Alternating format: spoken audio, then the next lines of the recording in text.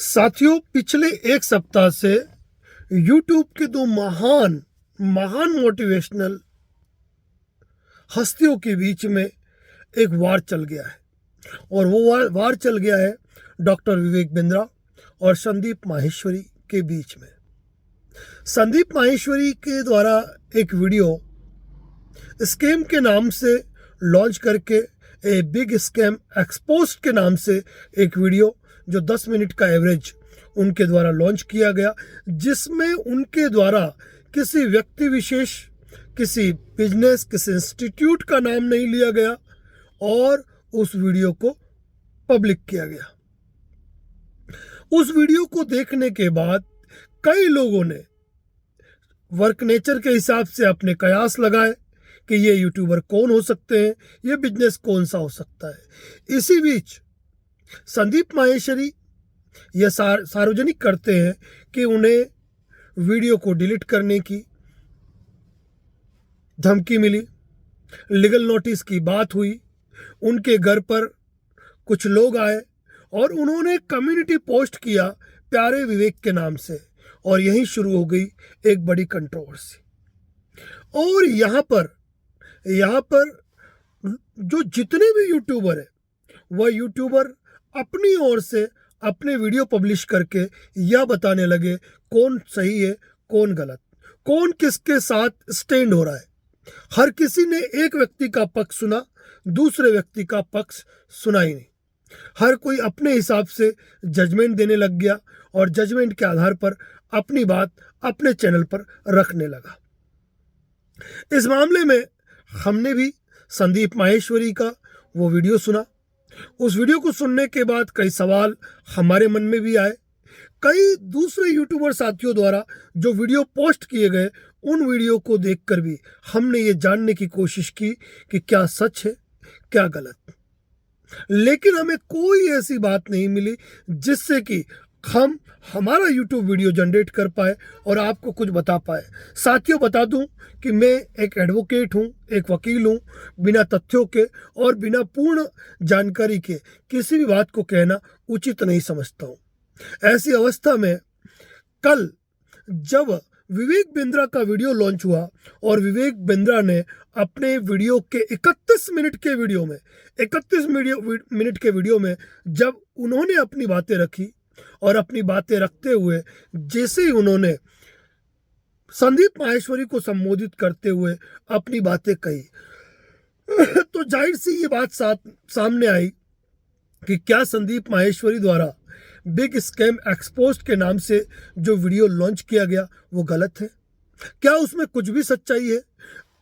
कुछ गलत हो या सही हो, लेकिन उससे पहले बात आती है कि विवेक बिंद्रा ने संदीप माहेश्वरी से संपर्क करने की कोशिश की। तो क्या यहाँ पर विवेक बिंद्रा गलत है? क्या उन्हें उससे संपर्क नहीं करना चाहिए था? क्या यहाँ पर वास्तव में विवेक बिंद्रा द्वारा कोई स्कैम किया गया है जिसे कि संदीप माहेश्वरी द्वारा एक्सपोज्ड किया जा रहा है?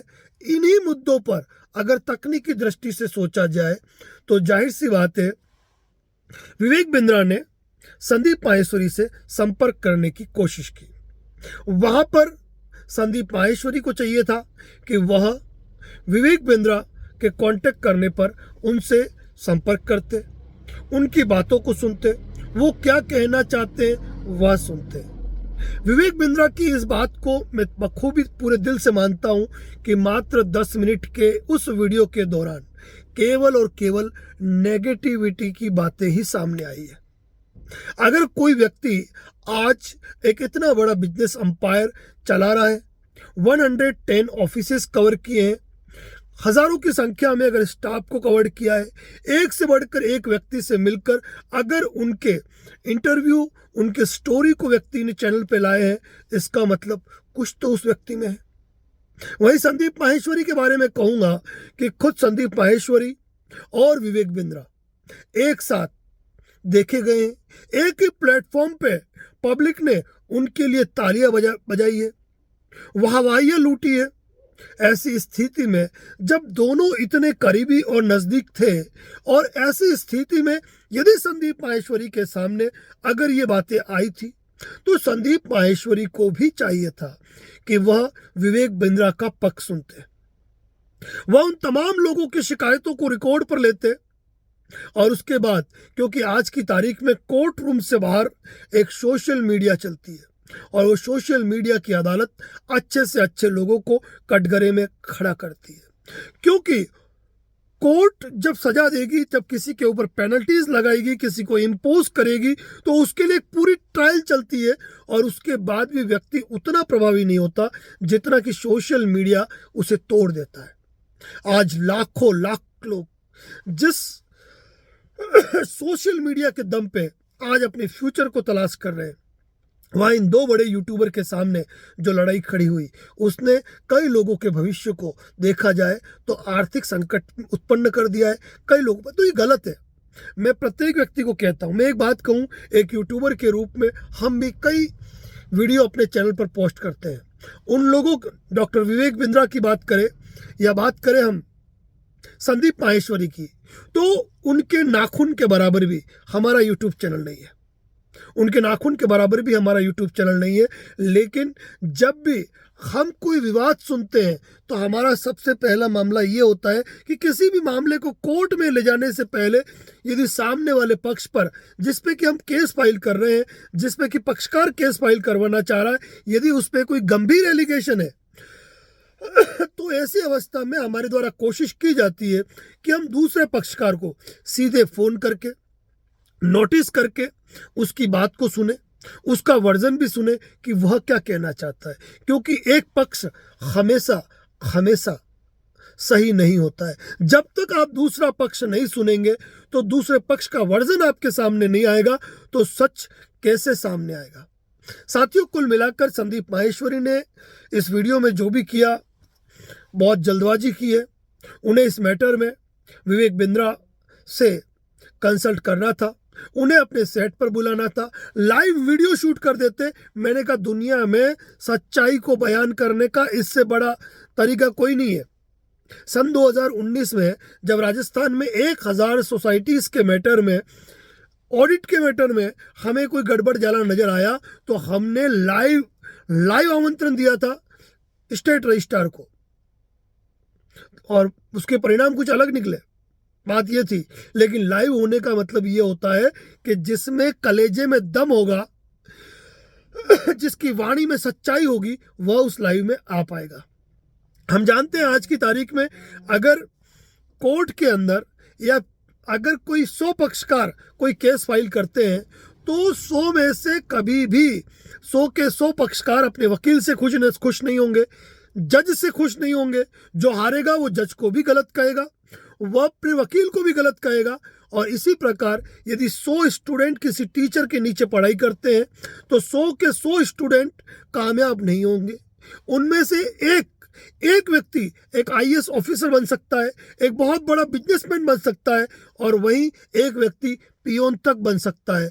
तो क्या उन बच्चों की सारी सफलता का श्रेय अगर आईएएस बना है वो व्यक्ति यदि अपने टीचर को देता है, एक सक्सेस बिजनेसमैन अपने टीचर को देता है, तो एक पियोन बना वह व्यक्ति भी उसी टीचर के नीचे पड़ा है। तो यहाँ पर सफलता का श्रेय किसके सर पे बांधा जाए, तो इसके लिए हर चीज के लिए जो गुरु है वह उत्तरदायी नहीं है।